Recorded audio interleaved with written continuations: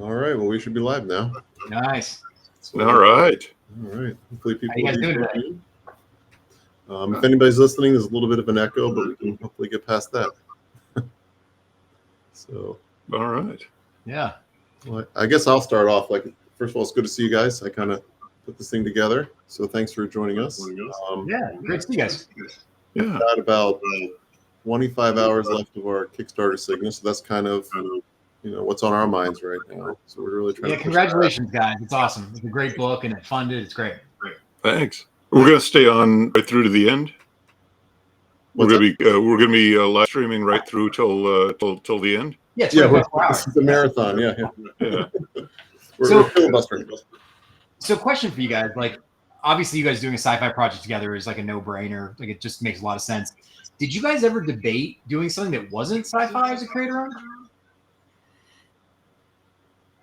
No, I don't think we actually did. Just saw the genesis of the way this particular. I mean, it wasn't even like a commercial. I mean, at some level, it was commercial consideration, but that wasn't even how it came from. Just out of the idea that it was an idea that Andrew had. I mean, the genesis of it was the idea that Andrew had. He pitched about Transformers years ago, so it was always kind of locked into that world. What was your initial idea, Andrew? Well, I pitched a Transformers idea about DevCon, this G1 Transformer that hadn't been in the comics yet, being sent to find Six Shot, because Six Shot was like off in the galaxy, like who knows where he was, because the war ended, and he's a super powerful robot that could like destroy a world. But it's like, where is he? Someone's got to be accounting for stuff like this. So I figured that organization in More Than Meets the Eye that was like patrolling the galaxy would send somebody after him to find him. So I figured they sent DevCon, who was like a bounty hunter. I was going to approach him like a Han Solo kind of bounty hunter, and then he'd find him, but he was like just kind of aimless, like, so he wasn't like a danger to anybody. He was just hanging out in a bar or something, like one of the bars in your book or something, like crowded space bar, and or the cantina in Star Wars or something like that, but he was just kind of aimless and listless and like didn't have a purpose anymore. And then they'd end up, instead of being enemies, they'd end up going on some space adventure together. I don't remember much more than that, but that's kind of the genesis of it. And then John was like, yeah, I know what's like going on behind the scenes, and I just don't know where we'd have the space for it.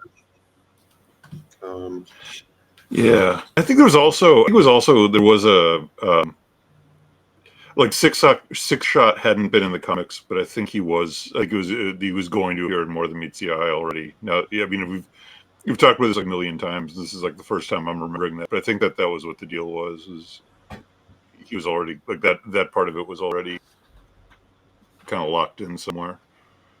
Okay.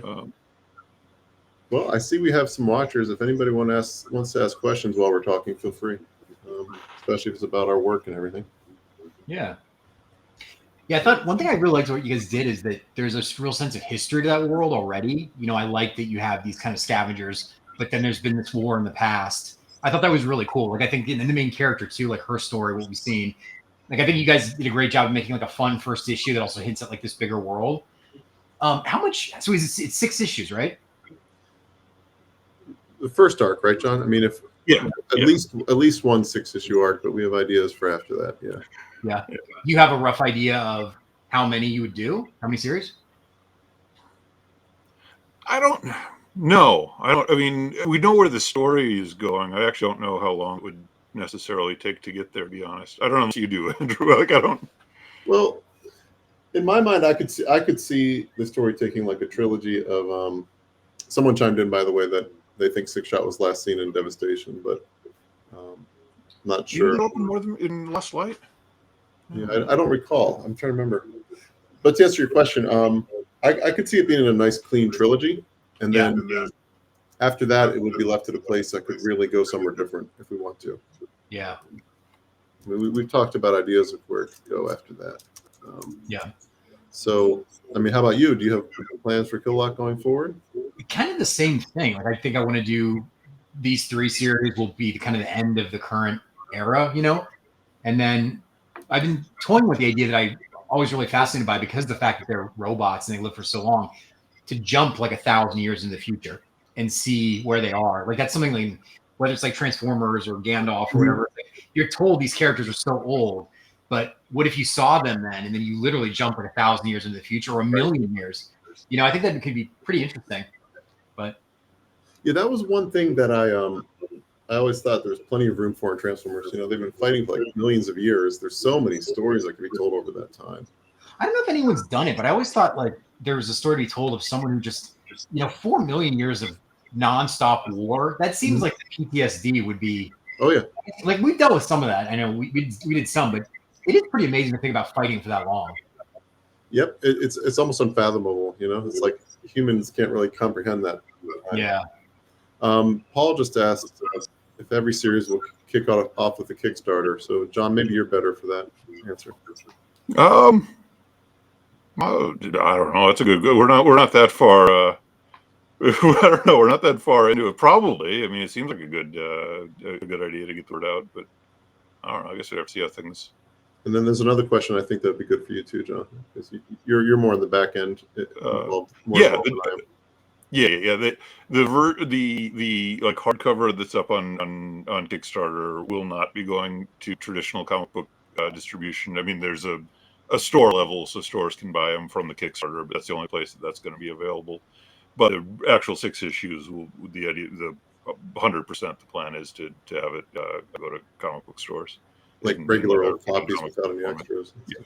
Yeah.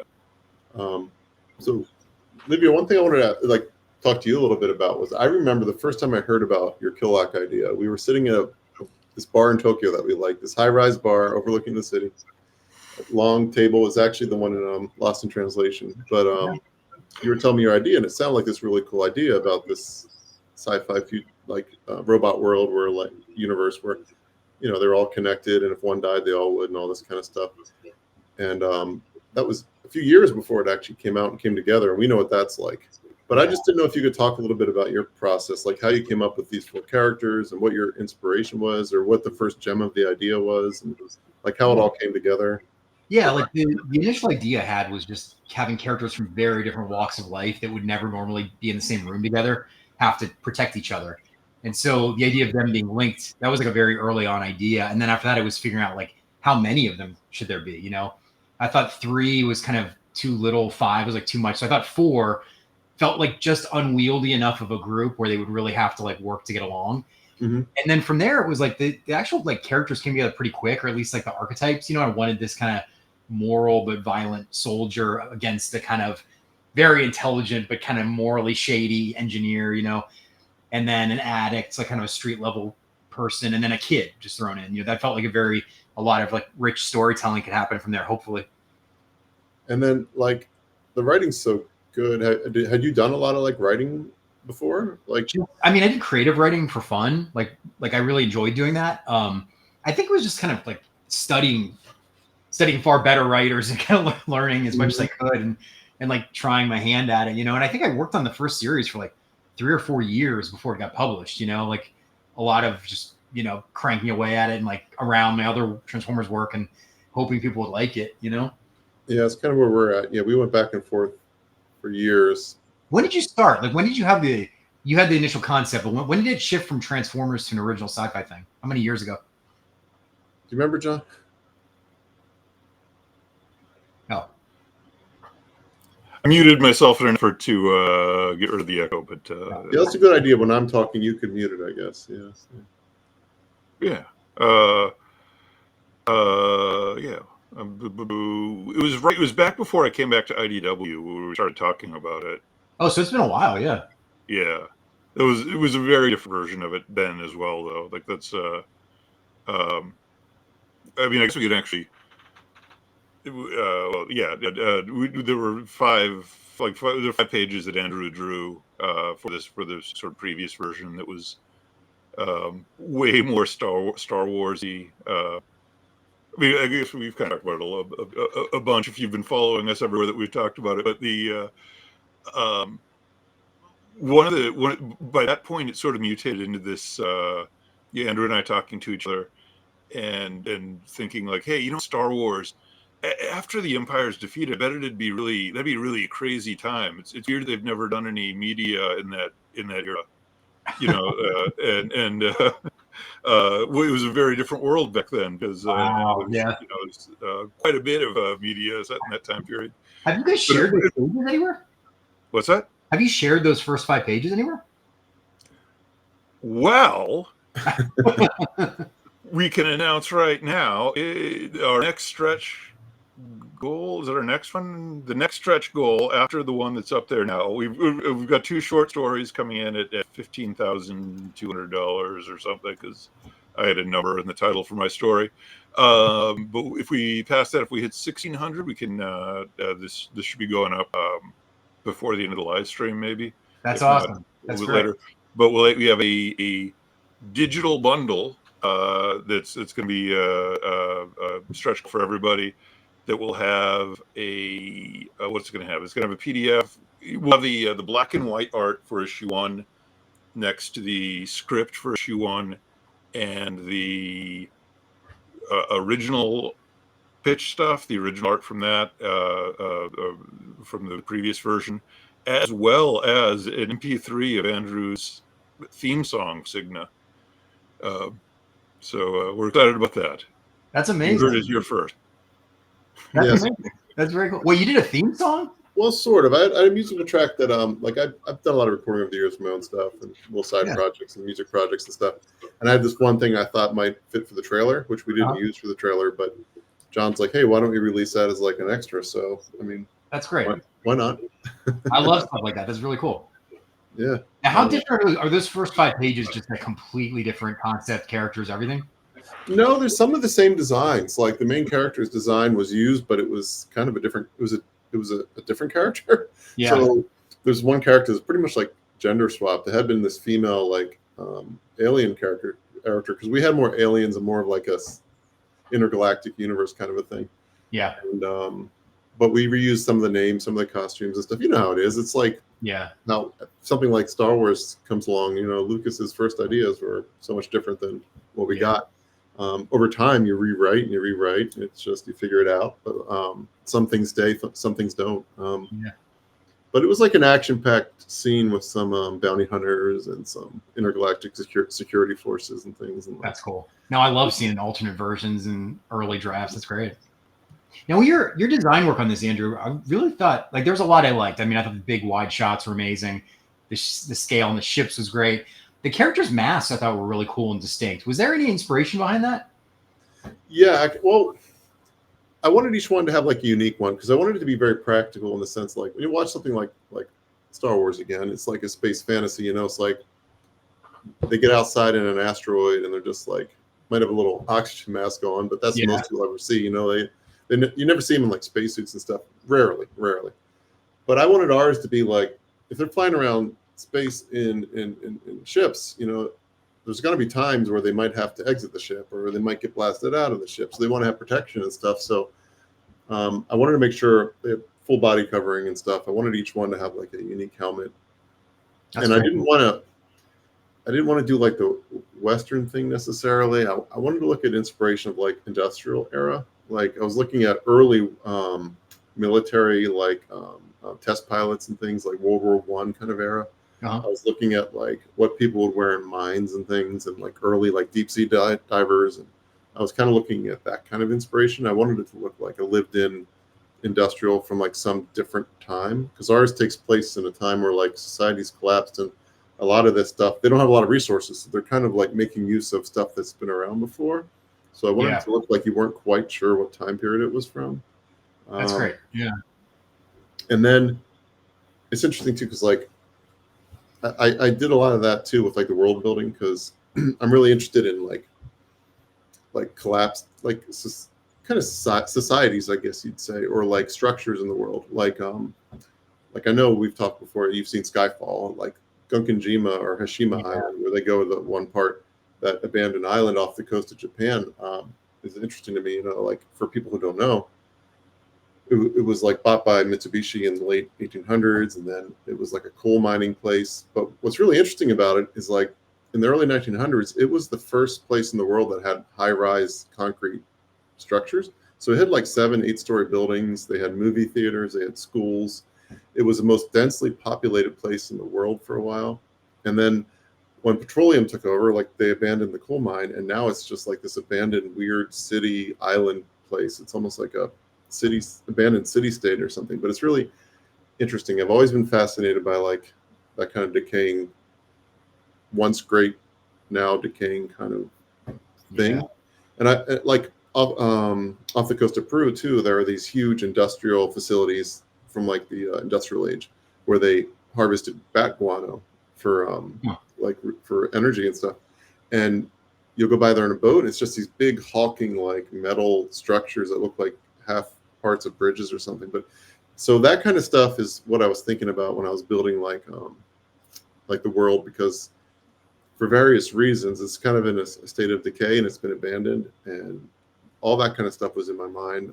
Just trying to go for like those industrial kind of awe-inspiring kind of imagery. Yeah, that's awesome. And yeah, it comes across that way. I love that stuff too. I love just that sense of like history, and there's get a little echo here. Okay. But yeah, like there's a great sense of history in the book of like, you know, these things have been around a while. I'm fascinated by that stuff in real life too. I mean, like also when locations are repurposed later, like there's a in LA here, there's a bar I liked. It was a former power plant, but they just left all the equipment inside, and then they just made it this kind of like trendy bar. But it feels like a Gotham City kind of hangout. It's so odd, and like, but I love that stuff. Or even stuff like, I'm sorry, it was John was trying to. I was gonna say that building. Poor John has to mute it every time. But that building like in LA they use for Blade Runner and stuff. I know you've been there. Oh yeah, Bradbury, I love it. They actually put a bar in there too, so you can actually drink in there with the Blade Runner scenery. It's really cool. Nice. Is it Blade Runner themed, or is it just happen to be in the building? It just happens to be there. Although they do have a couple framed like black and white photos from the shooting there. But it's funny. It's just an office building now. Like there's offices, people work every day. Do you ever see that Jack Nicholson movie that was filmed there too? That Wolf, I think it's called Wolf. He was like a werewolf. Yeah, I have seen it. Yeah. It's not great, but yeah, it was also filmed there.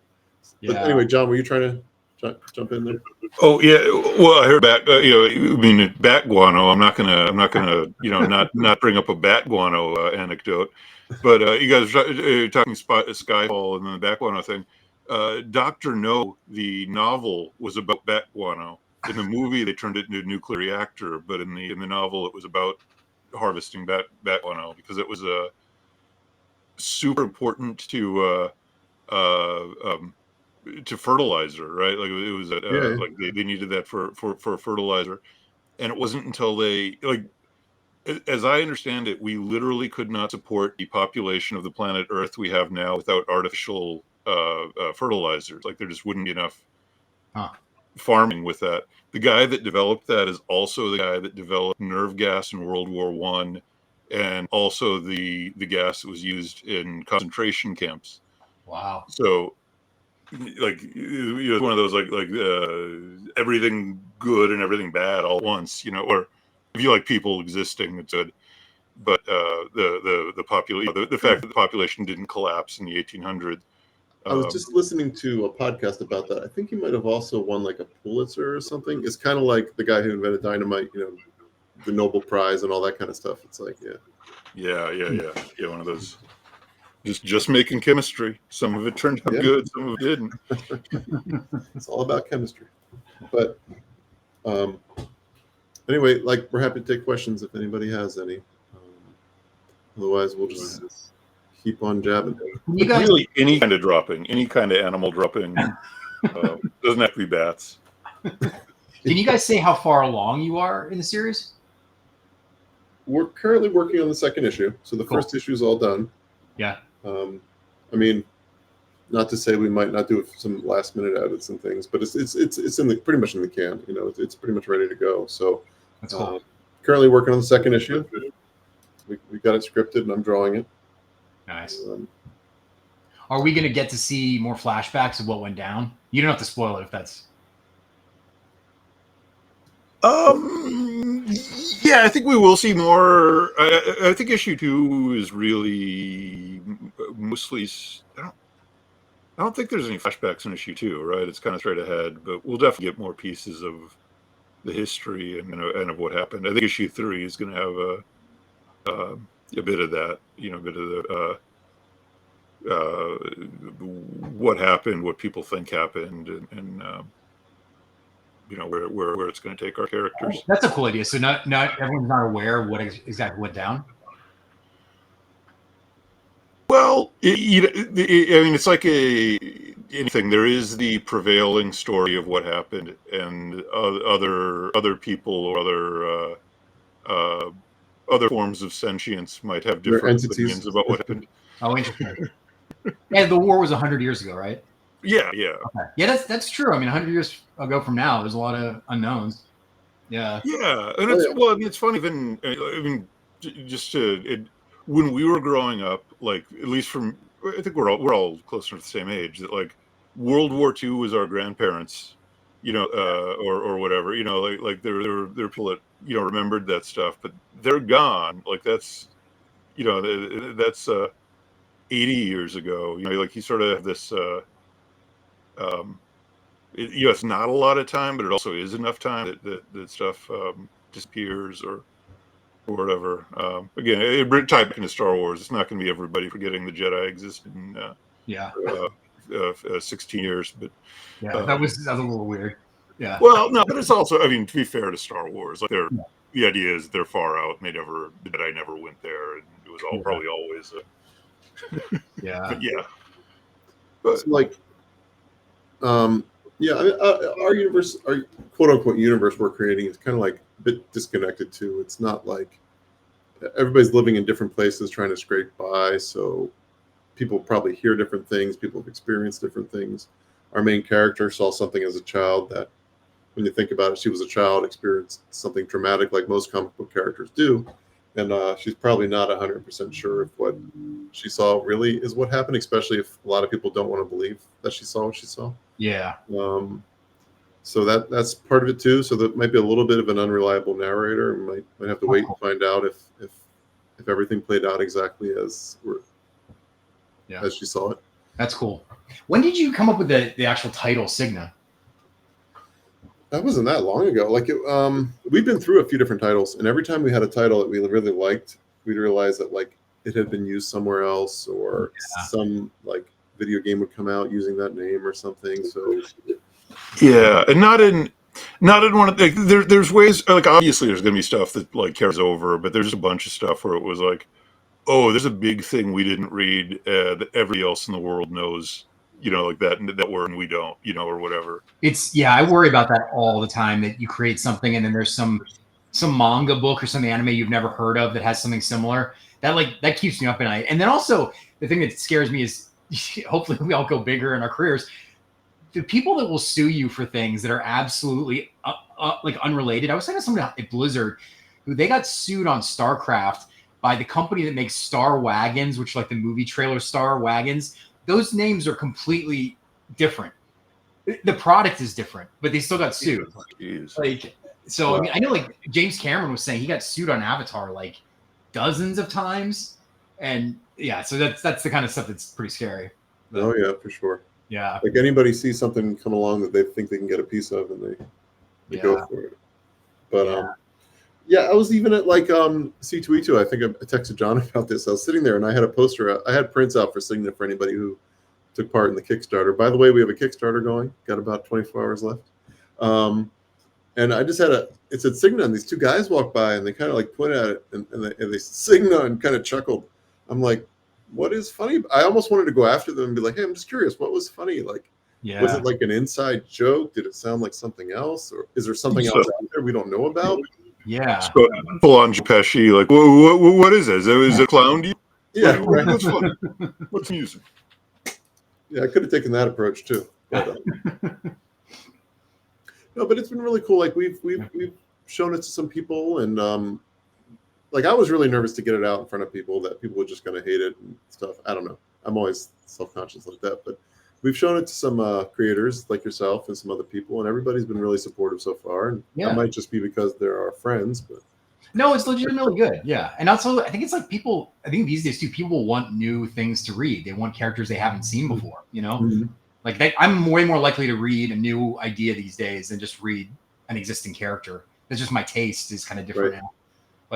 But it's also a challenge to like get something new in front of people and get people interested. People might love Transformers and X-Men and all that kind of stuff, but like, especially at these conventions, like I'll have it out there and I'll have a little sign out for it and stuff, and I'll try to talk to people about it. And some people are like really into it and genuinely engaged, and then a lot of people though just their eyes kind of glaze over and they want to look at my Transformers prints, you know. So it's like it's hard. Yeah, it's two camps too for sure. You know, like I remember when I was younger and I was a huge like Todd McFarlane Spider-Man fan. And when he was leaving Spider-Man to make Spawn, I was like, why are you leaving Spider-Man? That's like the best gig in the world. What is this Spawn thing? And now I totally understand the appeal of like creating your own thing, you know? Oh, for sure. Yeah.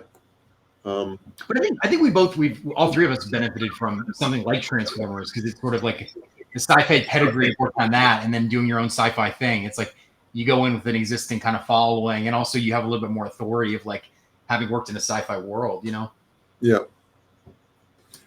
Yeah, I think it.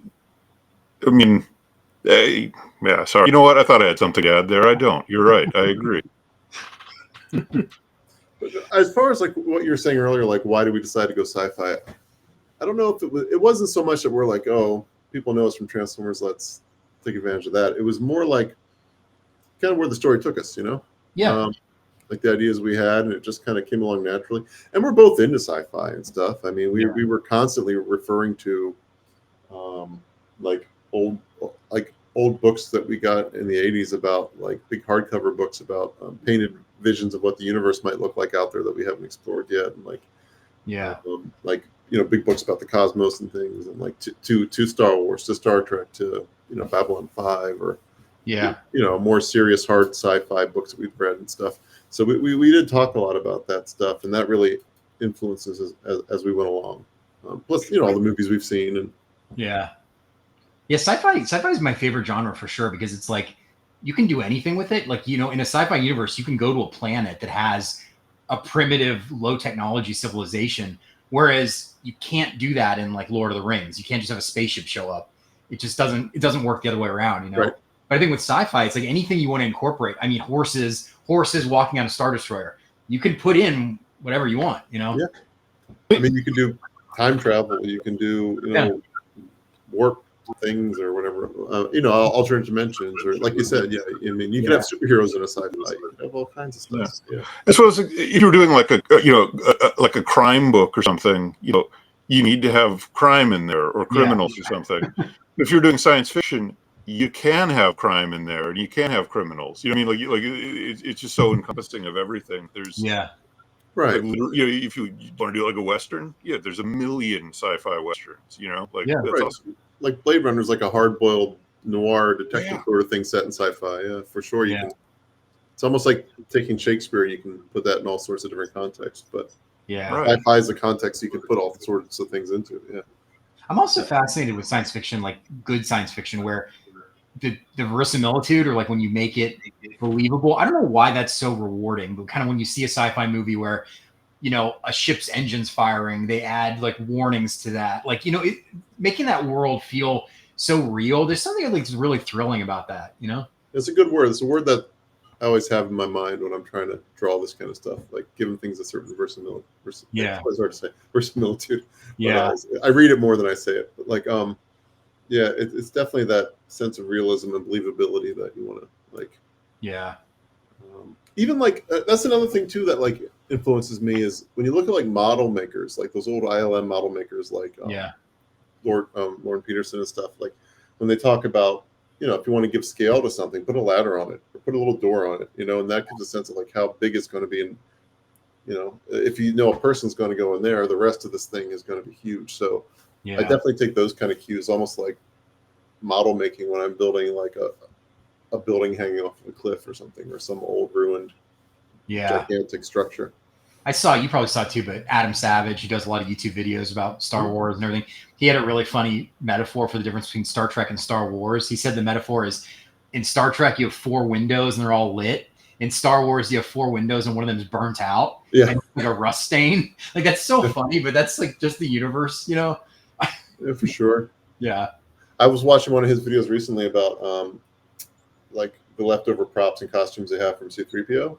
Yeah. And like the claustrophobic in me, like never really stopped to think about how unbearable that must have been for Anthony Daniels to walk around. I'm sure on that first movie, Anthony Daniels was like, I want to kill myself. Because he's like, we're in the middle of the desert. I think this movie's going to be a piece of shit. Like, and once he's like locked into that thing, he's stuck. Like, if he falls over, he has to rely on someone else to pick him up. And it's pretty wild. Scratch his butt or like anything, you know? It's like he's just. Yeah. Did you happen to see the one video on YouTube? It was Adam Savage meeting with the costume designer who did the Darth Vader costume for the Obi-Wan Disney Plus series? I don't think I saw that one. That was wild because that costume, there was a level of craft in that costume that blew me away. Like basically the wrinkles on the Vader suit on his chest, those are intentionally sewn in so they can never not wrinkle that way. Like, so they matched it to the original movie, just what was kind of accidentally done, that he would just have wrinkles because of the way he moved. They put that in intentionally. I was like, that's wild. Even how, like, you know, like in A New Hope, you sometimes can like see the eyes through with the red eye and stuff. It's funny how they take that stuff into account, like putting in that little bit of redness and stuff. Because when I was a kid, I just only ever saw black lenses on him. But, you know, but it's funny how they like notice those things and take those things into account. Like even how he changed a little bit over the 3 movies. Like he got shinier and stuff, you know, like his costume, and like now they take that into account when they're doing a new show or something, like when in the timeline it's apart and you know, things like that. But what else was I gonna say? So there's something else I was gonna ask you.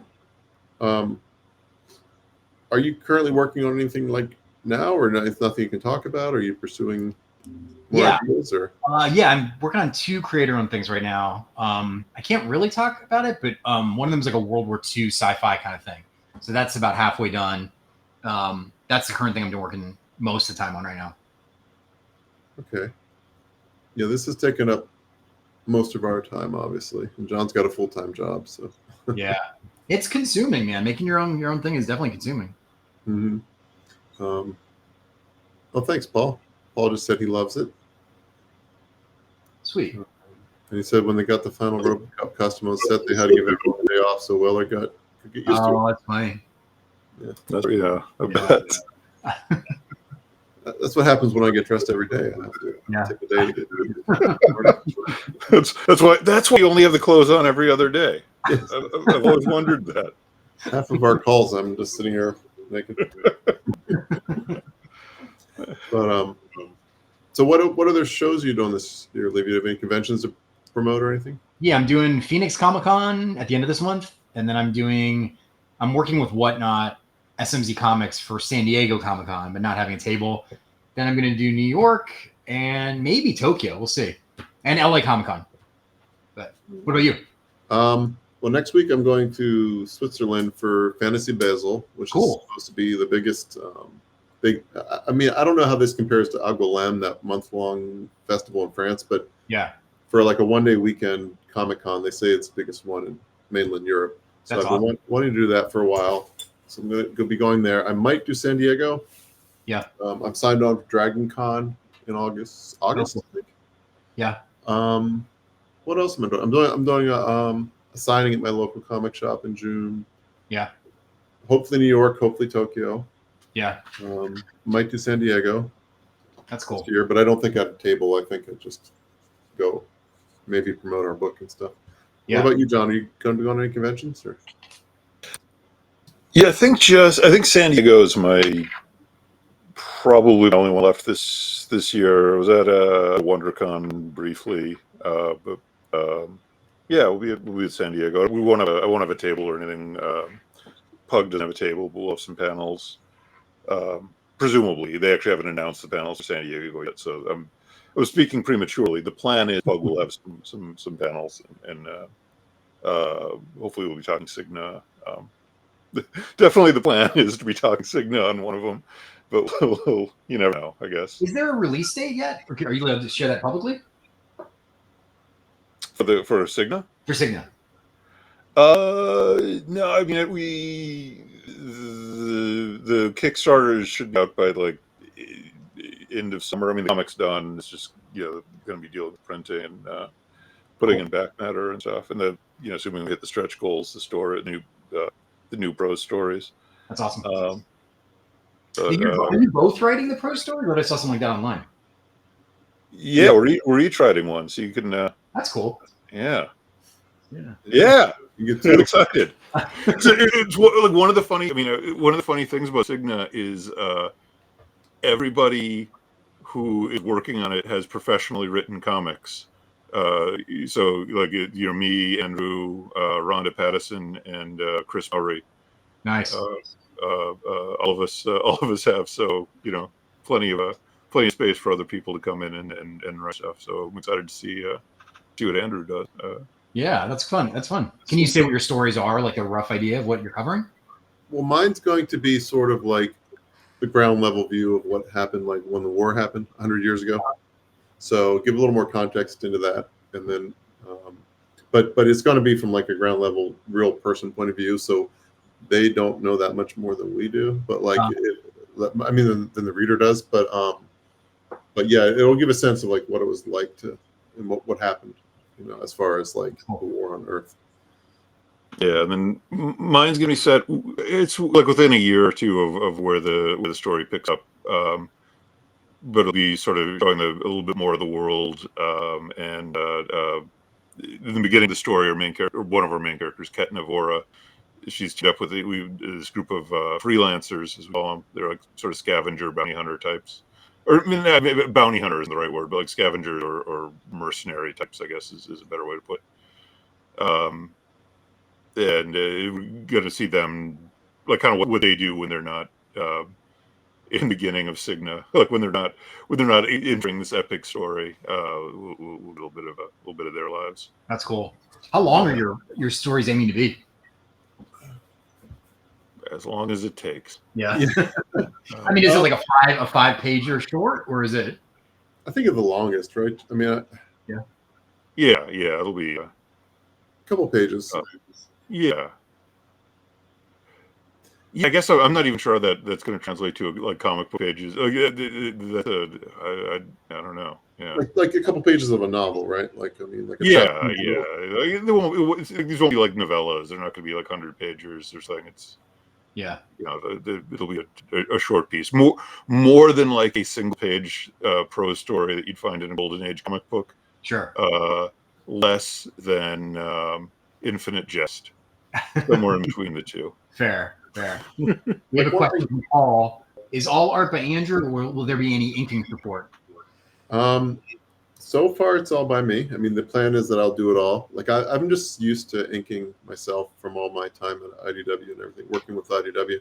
So probably, but if we ever get to a point where I'm behind, you never know. Maybe I could get some help.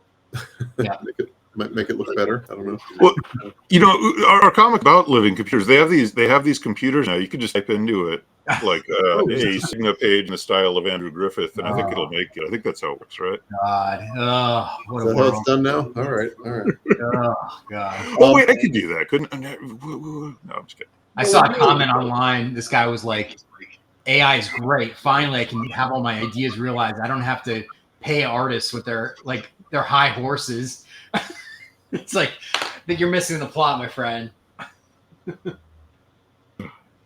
All right. So one thing I think we should maybe talk about is like how we're making this, because if people haven't been following us, so we're kind of creating it together, writing it together. So that's one reason we're both writing a story is rather than John just writing it. Oh my goodness!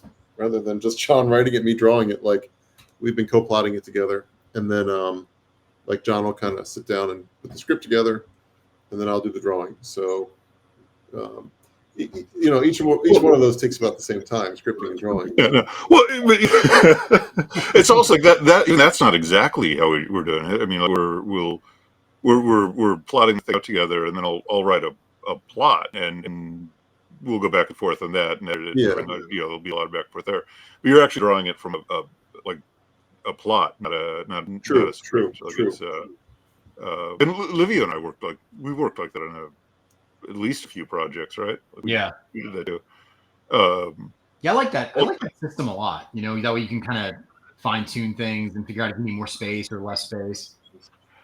Yeah, it's funny because I was talking to somebody about this a while back. That I don't know if it always comes through in everything I do, but like for me, comics are all about pacing. Like that's like the thing that they're about. And I remember like years ago, like talking to somebody, and I'm like, oh yeah, when you do really detailed art, like it slows the pacing down, and the person's like, well, that's not all detailed realistic art's about. I'm like, what else is there? What do you mean? But like to me, like that's such an intrinsic part of the of comics. Because like I came up making my own comics. Like I was like writing and drawing all my stuff when I was a kid and everything. And I was very much on that like sort of like theoretical or formalist side of things. I mean, I went to school for I did for go to grad school for graphic design, and my master's thesis is on comic book page layout. Like it was like that was what I was really thinking about. So it's but and I think maybe because of that, like I don't, as important as it is to me, I don't want to be precious in that it has to be like my pacing for it.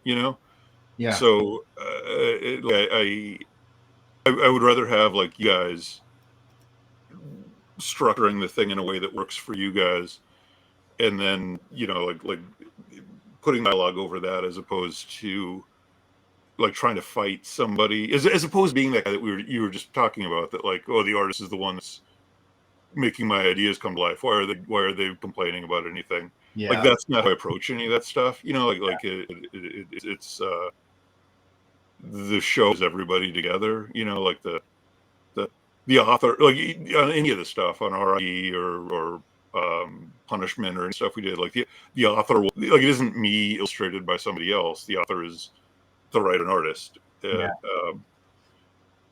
So yeah, I don't know. I like working that way too. I just think it can create some cool effects. I mean, it doesn't work for every story all the time, or it certainly doesn't work for every artist. Like I remember sending when Kei Zama and I were doing Optimus Prime. I tried that on her and or on them, and they were like,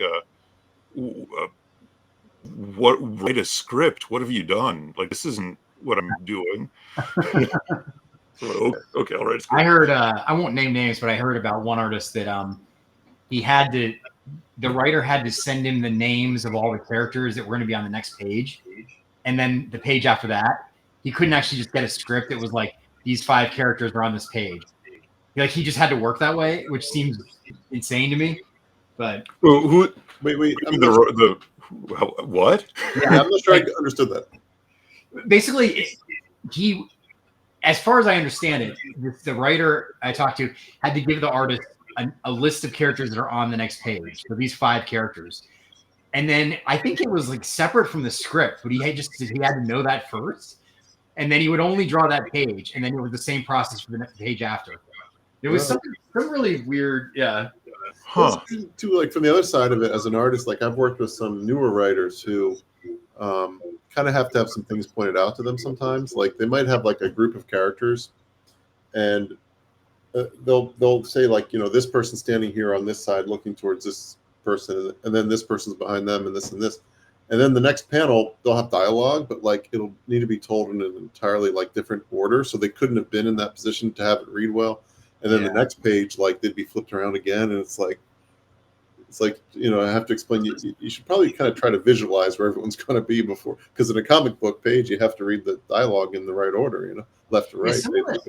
I think some writers who don't have experience with comics think it's like a movie that when you cut, you're cutting to a different frame. Like I remember I've worked with some writers where they'll be like, okay, a splash page, like a battle in an arena, and then I want one tiny panel of like a woman sleeping in her bed, and I'm like, that second panel shouldn't be on that page. That's just that's just not good storytelling. Yeah. But in their mind, they're like, well, it's a movie, so there's a big fight, and then we cut to a woman in her bed. But I'm like, that's not how comics work, Yeah. So all that, like, go ahead. No, you go ahead. I was going to go to just something else. Okay. No, one of the things I was always that always struck me. I read this thing years ago that like Alan Moore's favorite sequence he ever wrote was a sequence. I think it was Big Numbers #2. Big Numbers was this like it's supposed to be a giant comic that when it was coming out, and then it collapsed after 2 issues, and Alan Moore and Bill Sienkiewicz. and there's a sequence where these characters are sitting at a dinner table. The camera, like you're shifting around one way. Meanwhile, characters are running around the table like counterclockwise, like the opposite direction. And all the characters are talking, but they're always talking in the right order. And like Alan Moore was like super proud of that sequence that like that was like the best, it was like he'd plotted all that stuff out.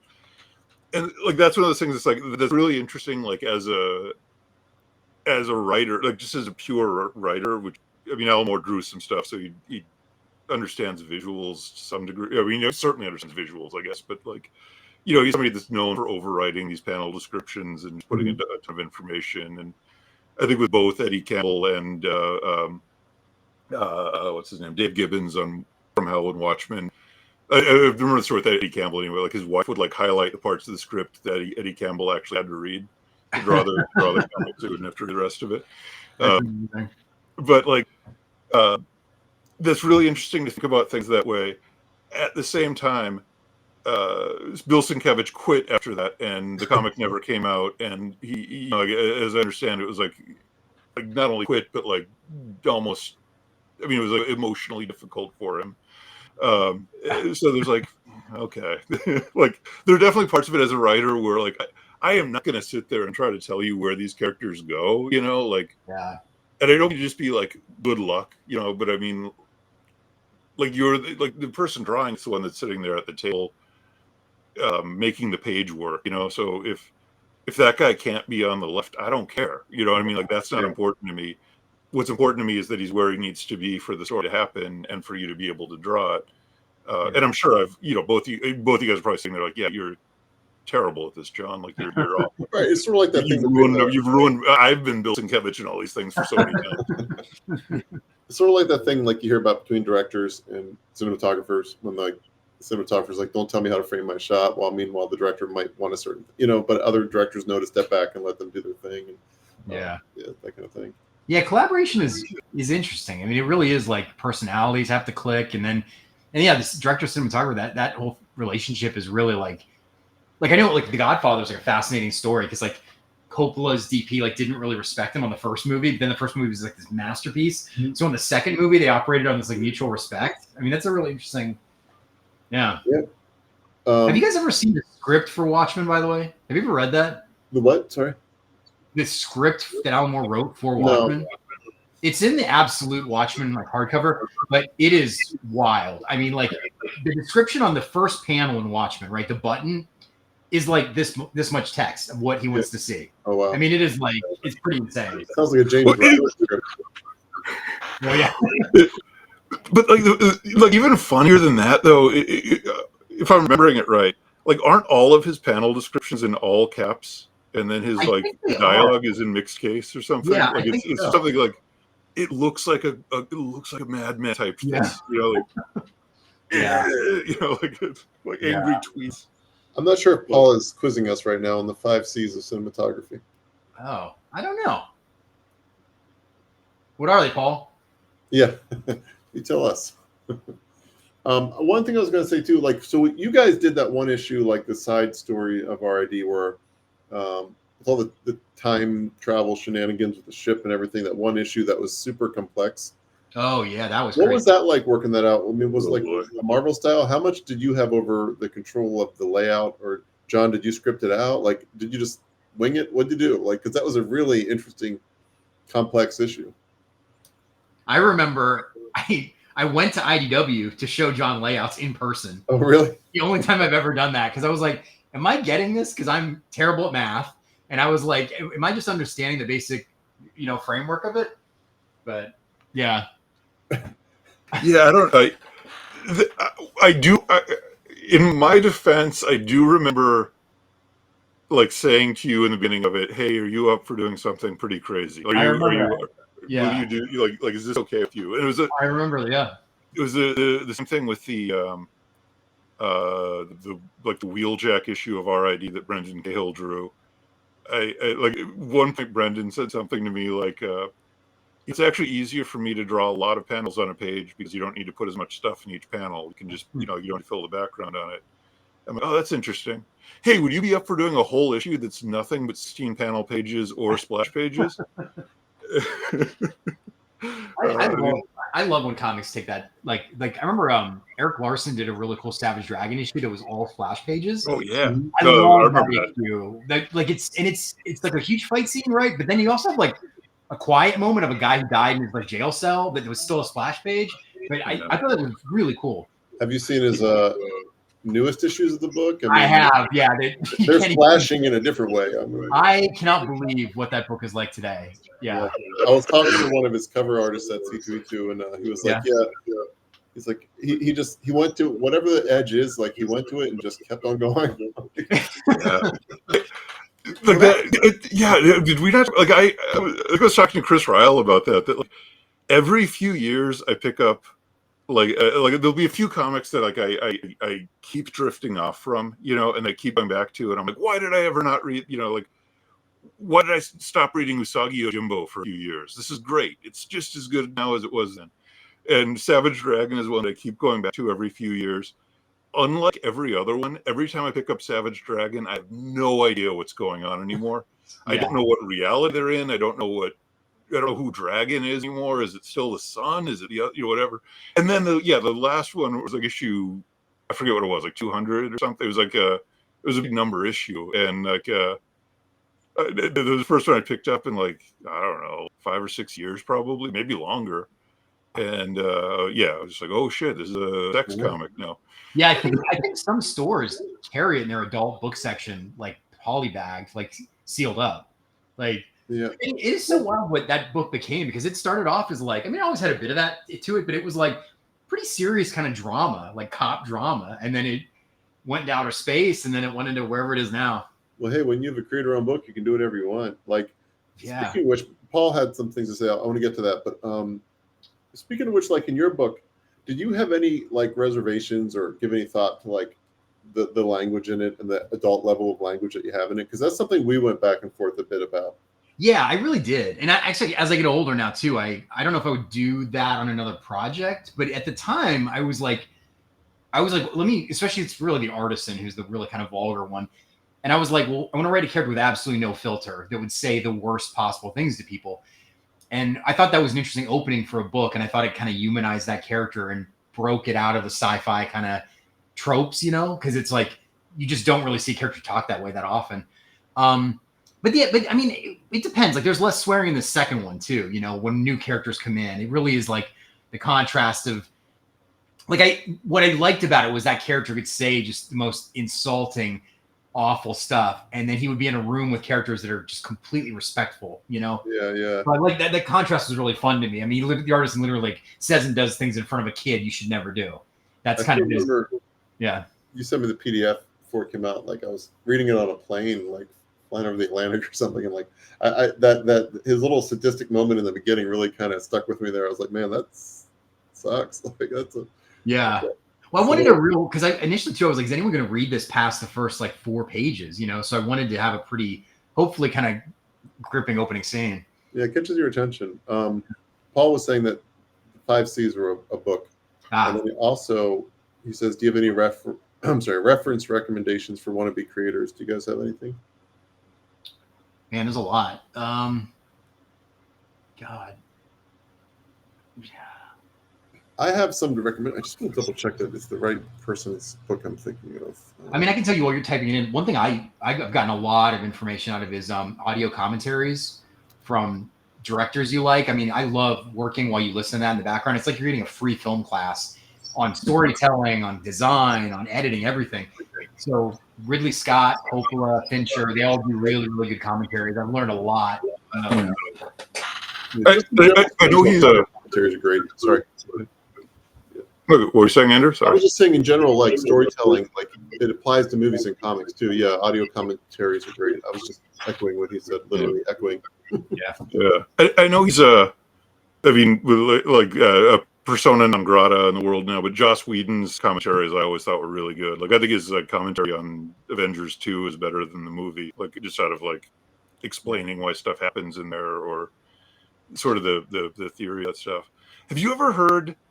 I was talking to David Hedgecock about this on our podcast. Tune in every week on the Corner Box. But the Quentin Tarantino's audio commentary on True Romance. I want to get that. I haven't heard it. I haven't. Yeah, I've it's seen the movie, really but- interesting because he doesn't do the commentaries for his own movies, but that's like as close to his own movie as you're going to find. Yeah. It's really interesting, just on the theories of storytelling in there or whatever, like the thoughtfulness between Tony Scott and him on making a movie.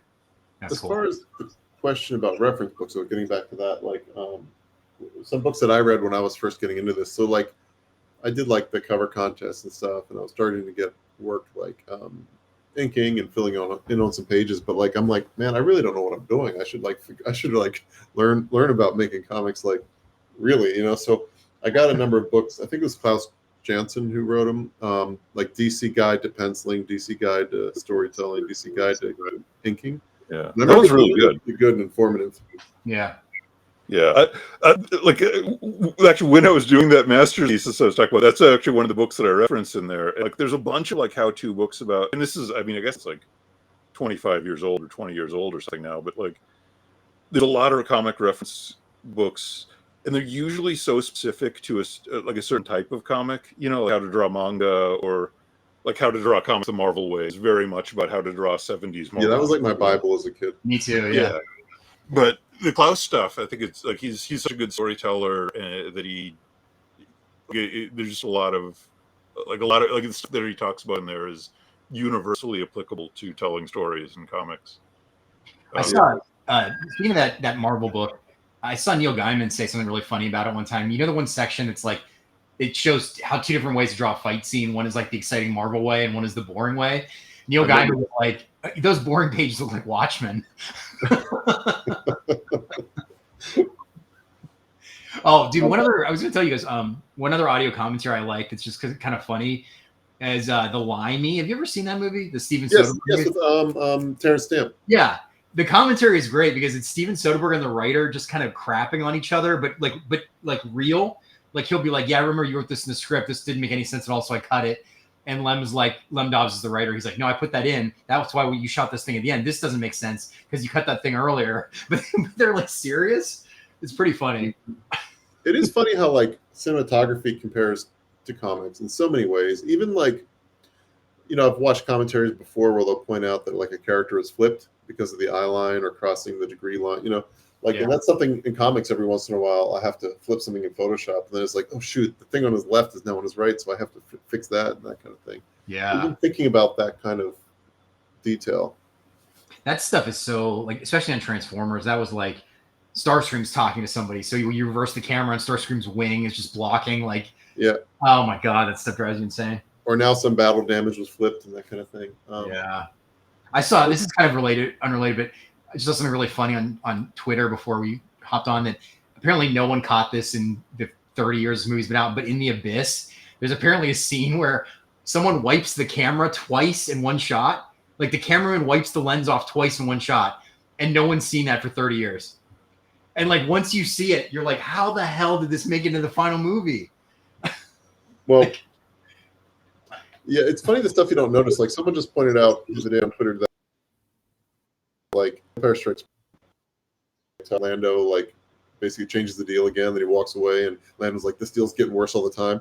Like when you see Lando turn to go to the elevator, Vader's still in it, standing there like he forgot to push the button or something. Like, oh really? The door's half shut, but you can see Vader still in there, like just that's really kind of awkwardly standing there. That's funny.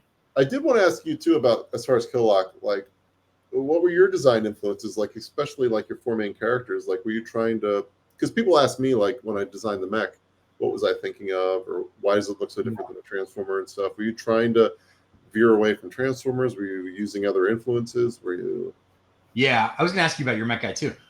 Yeah, like I definitely wanted to veer away from Transformers, and I wanted to go back to this thing that I liked when I was a kid, where design could be complex, but the silhouette and the colors were something a kid could kind of do. Like I always liked that about like a kid can draw a Star Destroyer. They can get a triangle shape. So I wanted these four characters, their silhouettes to be very different from each other, their colors very different. I wanted it, and also like at a quick glance, if I asked you like which one is the warrior, hopefully you'd be able to tell. You know, The little one, right? No, I'm yeah, kidding. the kid. Yeah. Well, I was I was really I was interested in that, and then, but then you guys know, it's like when you design a whole sci-fi world, there's a lot of stuff to figure out. It's like, what do their doors look like? Do they have chairs? You know, all that stuff has to be worked out. But what about you? What were your inspirations for the mech? Well, like I definitely didn't want to do something that looked like a guy in a suit with like a mask and a helmet, you know, like a Transformer or a Gundam or something. Yeah. I wanted something unique.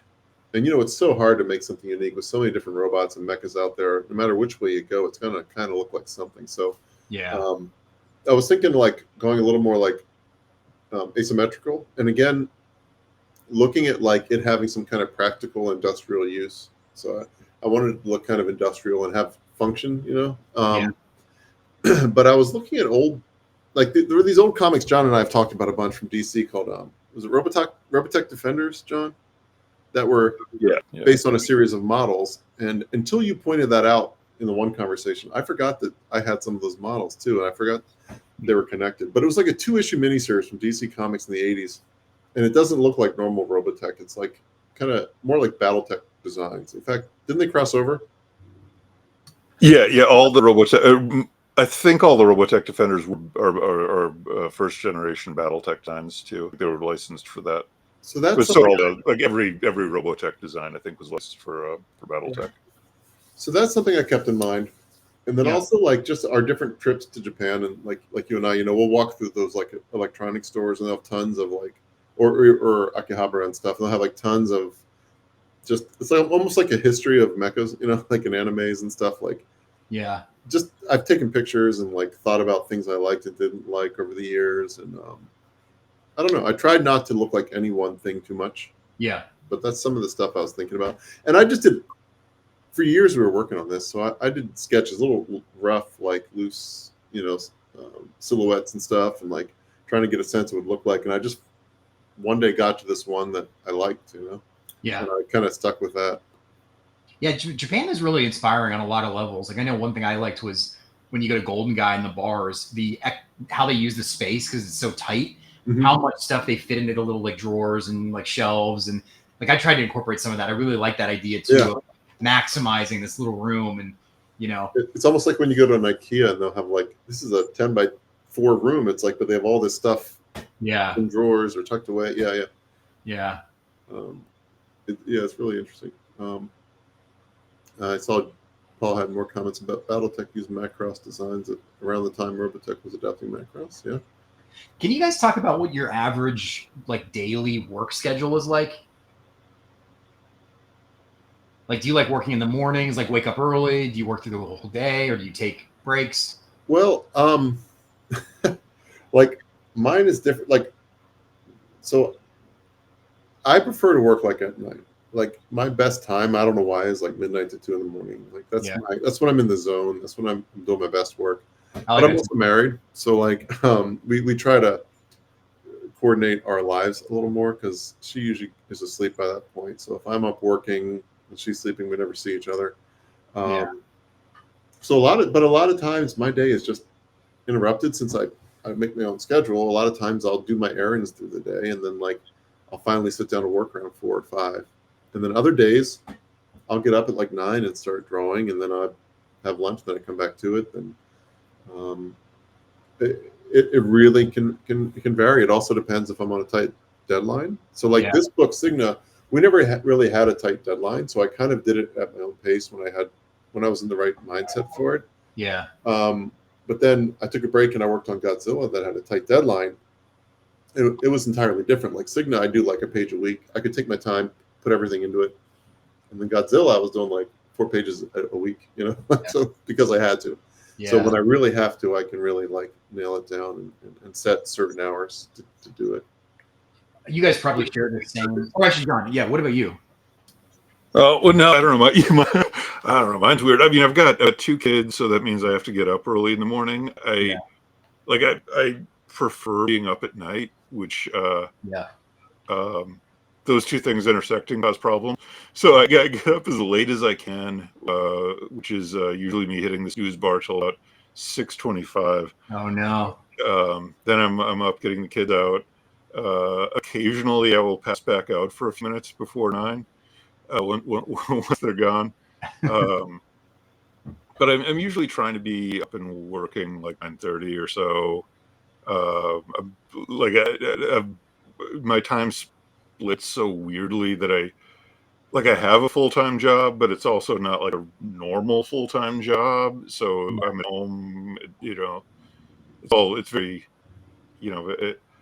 there's always something to do. But I try to get out and like walk around, or I start to go. I start to get less productive. I start feeling more. I don't know. Just more. I don't know. It's good to get out and go around a little bit. Yeah. Yeah. Yeah, it is amazing how much just walking around a little bit can kind of fire you back up or like crack a story idea, For sure. Yeah. Yeah. What was I going to say along those lines? John talking about when he gets up and when he stays up and when he gets up reminds me of his stories about me texting him at all hours of the night. Yeah. And, I have a handful of friends like that who I can text at like 1 a.m. and like it'll be ideas about our book and stuff. Yeah. Yeah. Look, what's funny, like, so the end of my day is also a lot like that, where it's like, okay, I finish, got to go get dinner ready for everybody, get the dishes put away, get the young child bathed, get him to bed, make sure the other one's in bed, and then by then it's it's like 10, it's somewhere between 10 and 11, Yeah. or whatever, and I'm like exhausted, and then that's when Andrew starts texting me, but it's like I'm exhausted, and it's like 11 or 11:30. Yeah. But it's like 2:30 his time. I figure you can get it later. I remember back my single days, I would stay up till 4:30 in the morning working on a lot of nights. I would get on this weird nocturnal like flipped schedule.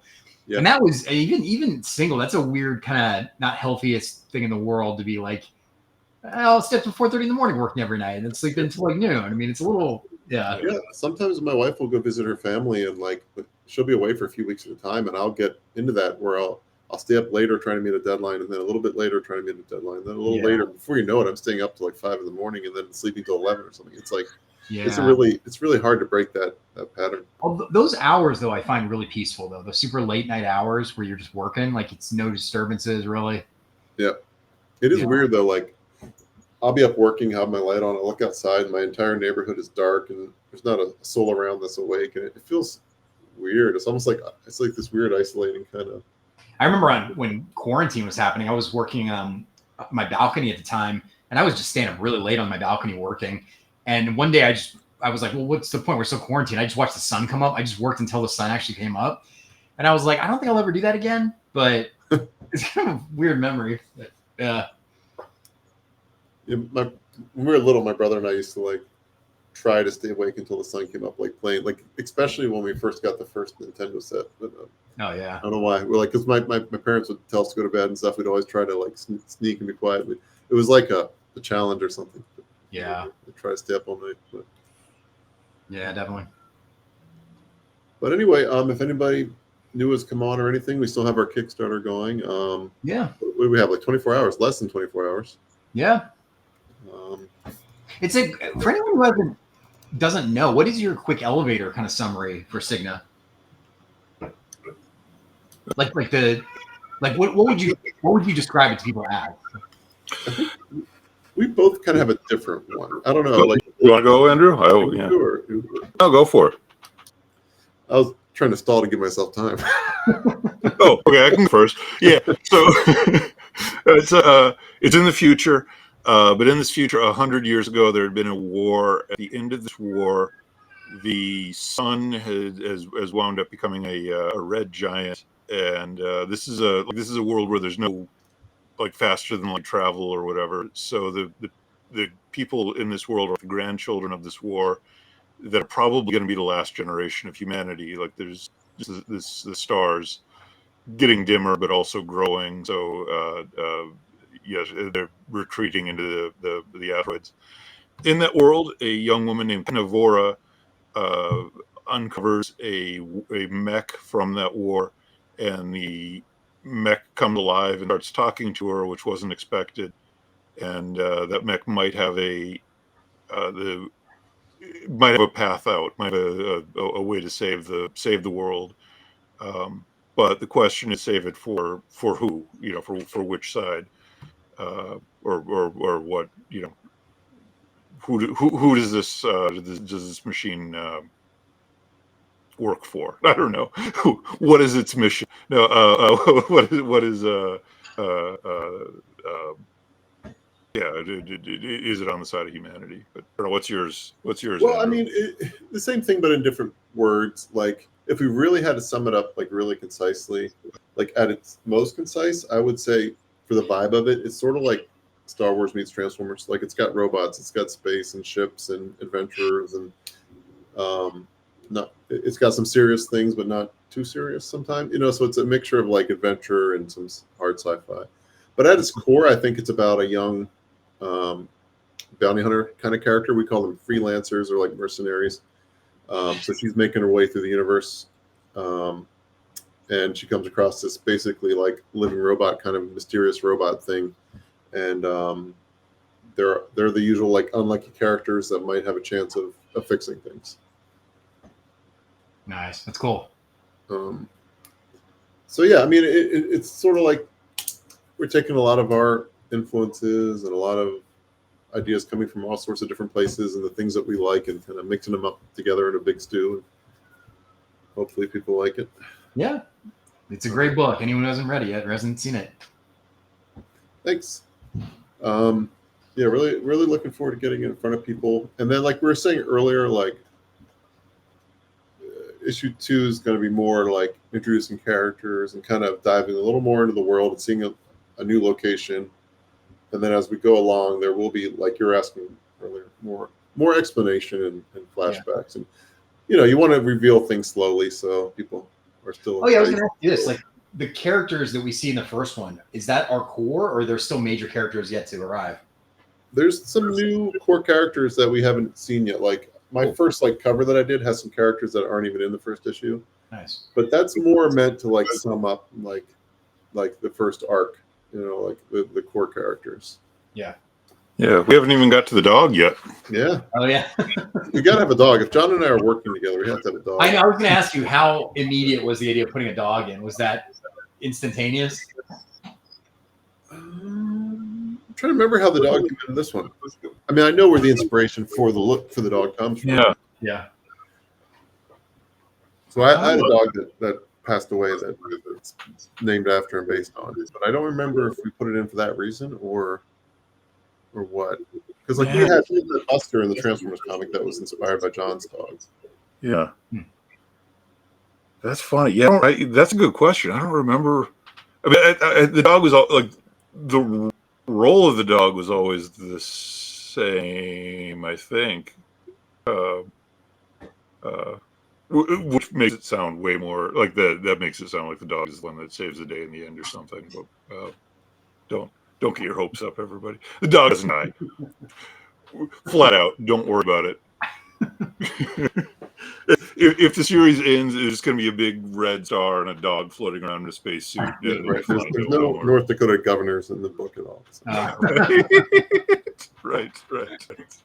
Nice. But no, the dog's going to be fine. Yeah. Good.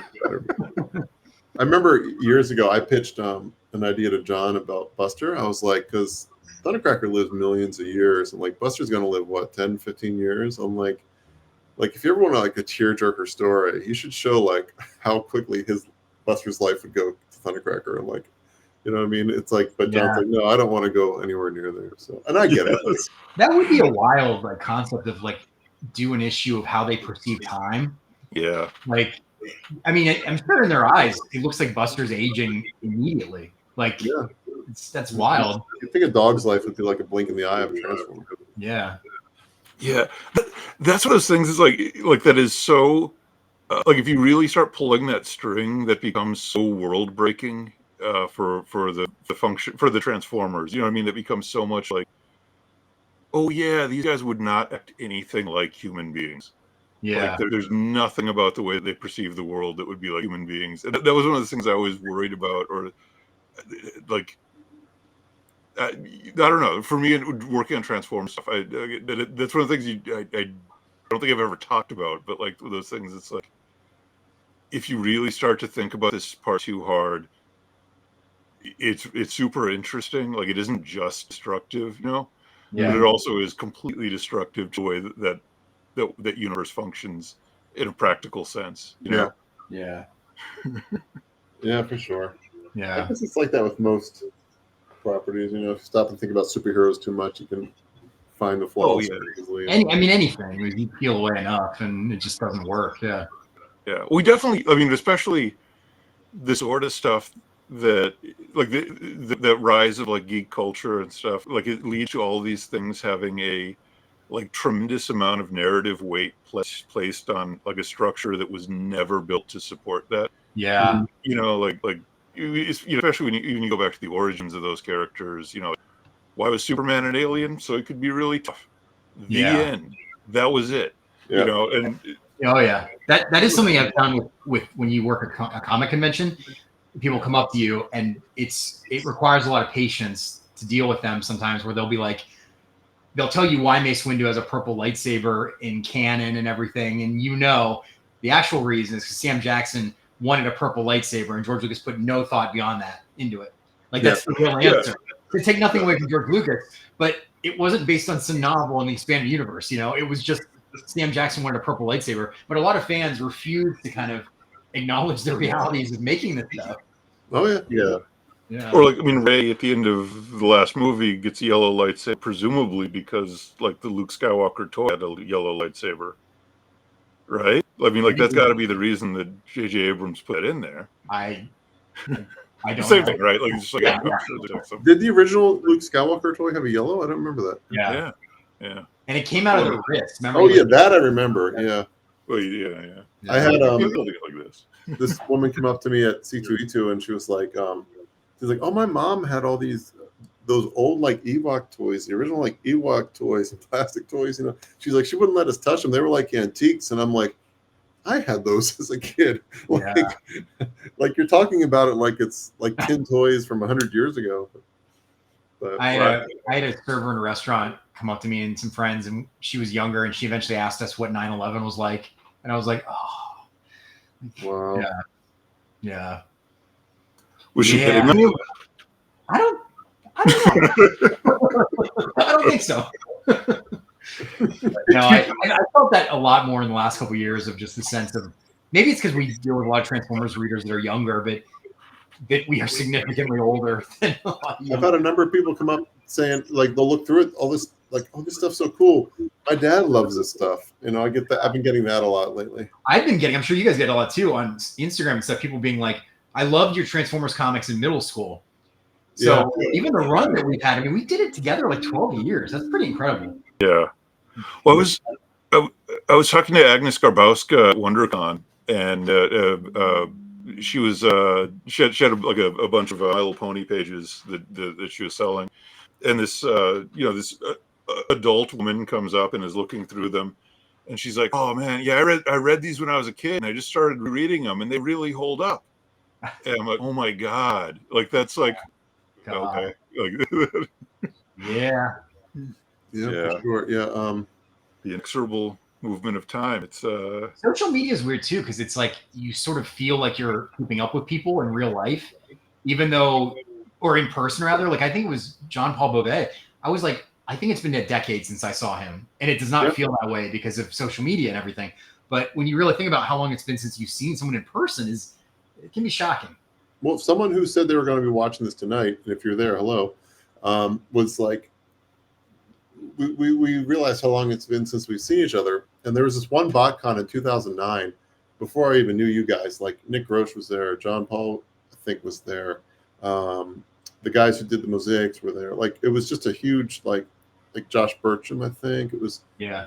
Casey Collar, like a whole bunch of us were there, and they had a big like backlot party for us and stuff at Paramount, I think. But anyway, him and I were like, how is it possible? That was 15 years ago. Like, yeah. And I was like, that's how long I've been doing this now. Yeah. Mike Costa was there. That's true. Yeah. Oh yeah. No, it's pretty shocking. Yeah. But Yeah. Hey, speaking of toys, though, I don't know if about props. These are out. Oh wow, that's Our nice. our McFarlane.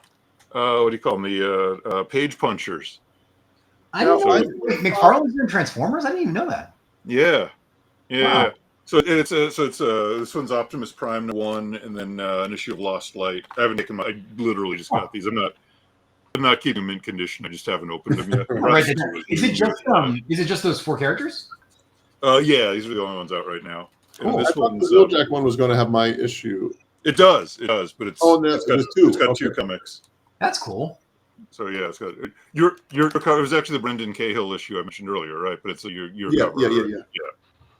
Yeah. So the Optimus Prime, that cover that Kay did, that was like one of the last things with my design before they went with the Evergreen design. But that Optimus toy, which design is it based on? I can't tell from here. Is that the Evergreen one? I kind of can't tell. Too small. Either. Kind of generic. Yeah. Like, it's not quite the design on the cover, but I don't know if that's the logistics of physically making it. But I think it's more of the Evergreen design. But I'm not positive, because, like, the Megatron's definitely pretty definite. I think it's that. No, maybe it isn't. I think it's that design. I don't know, man. Yeah. It's funny how this I'll stuff have to lasts. more. And where it Look, shows look at this stuff. They covered up the best part of the comic, where my name would be. Like, I don't know. Is the comic just a straight reprint of this IDW stuff? Yeah, well, let's find out. I remember for years I couldn't walk into a Target without seeing Livio's cards, those cards that they used your art for. Oh, those little ones, yeah. It shows up in really weird ways. Like, I remember I did some design work for the Age of Extinction movie, and they told me you can't share the artwork publicly. But then I was in Little Tokyo out here, and I saw like this book in Japanese, and I was flipping through it, and my art was in there, and I couldn't read it because it was in Japanese. But it was like all the stuff I was told that you couldn't release. Maybe it was like riffing on you, like. I don't. It was like an official comic. It was like official like Hasbro thing. Yeah. I was like, it's so weird.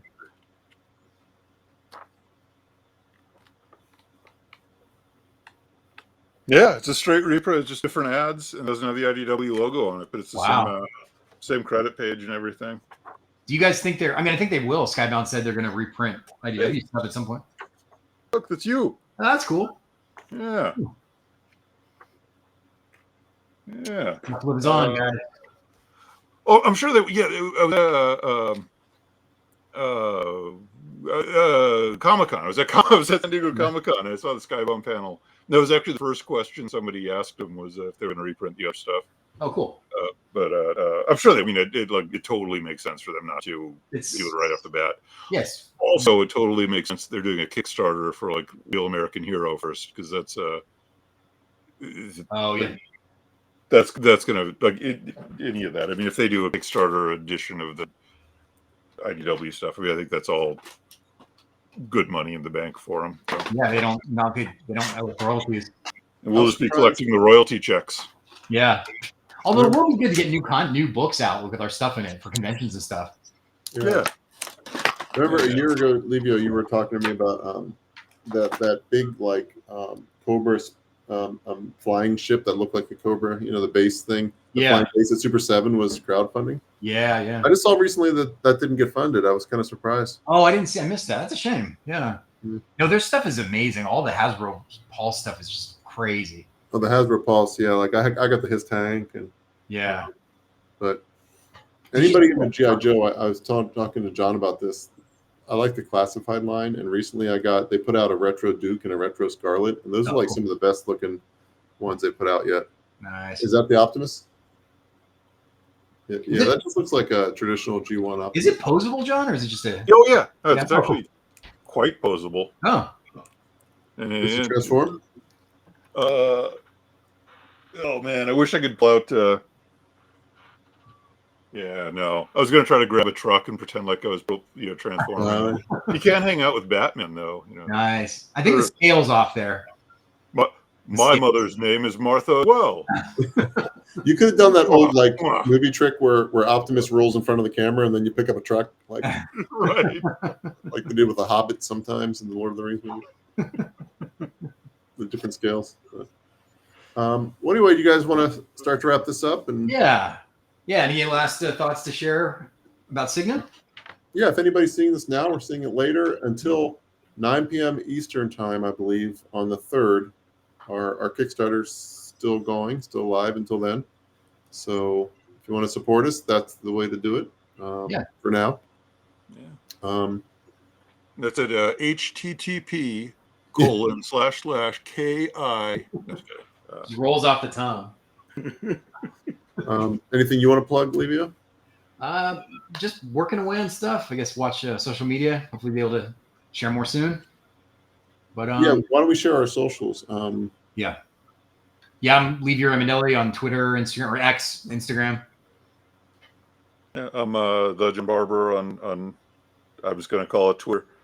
Also on Blue Sky, and you do have an Instagram too that Andrew and I have been posting, tagging your Instagram, even though there's no content on there.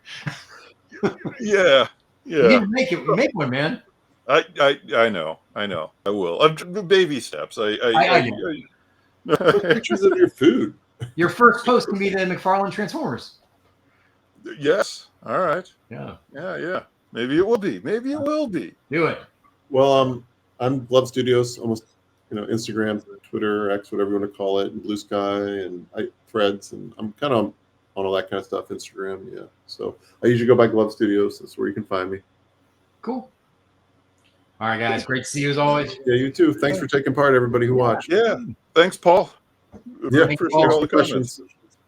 Good night. Talk to you later. All right. See you guys.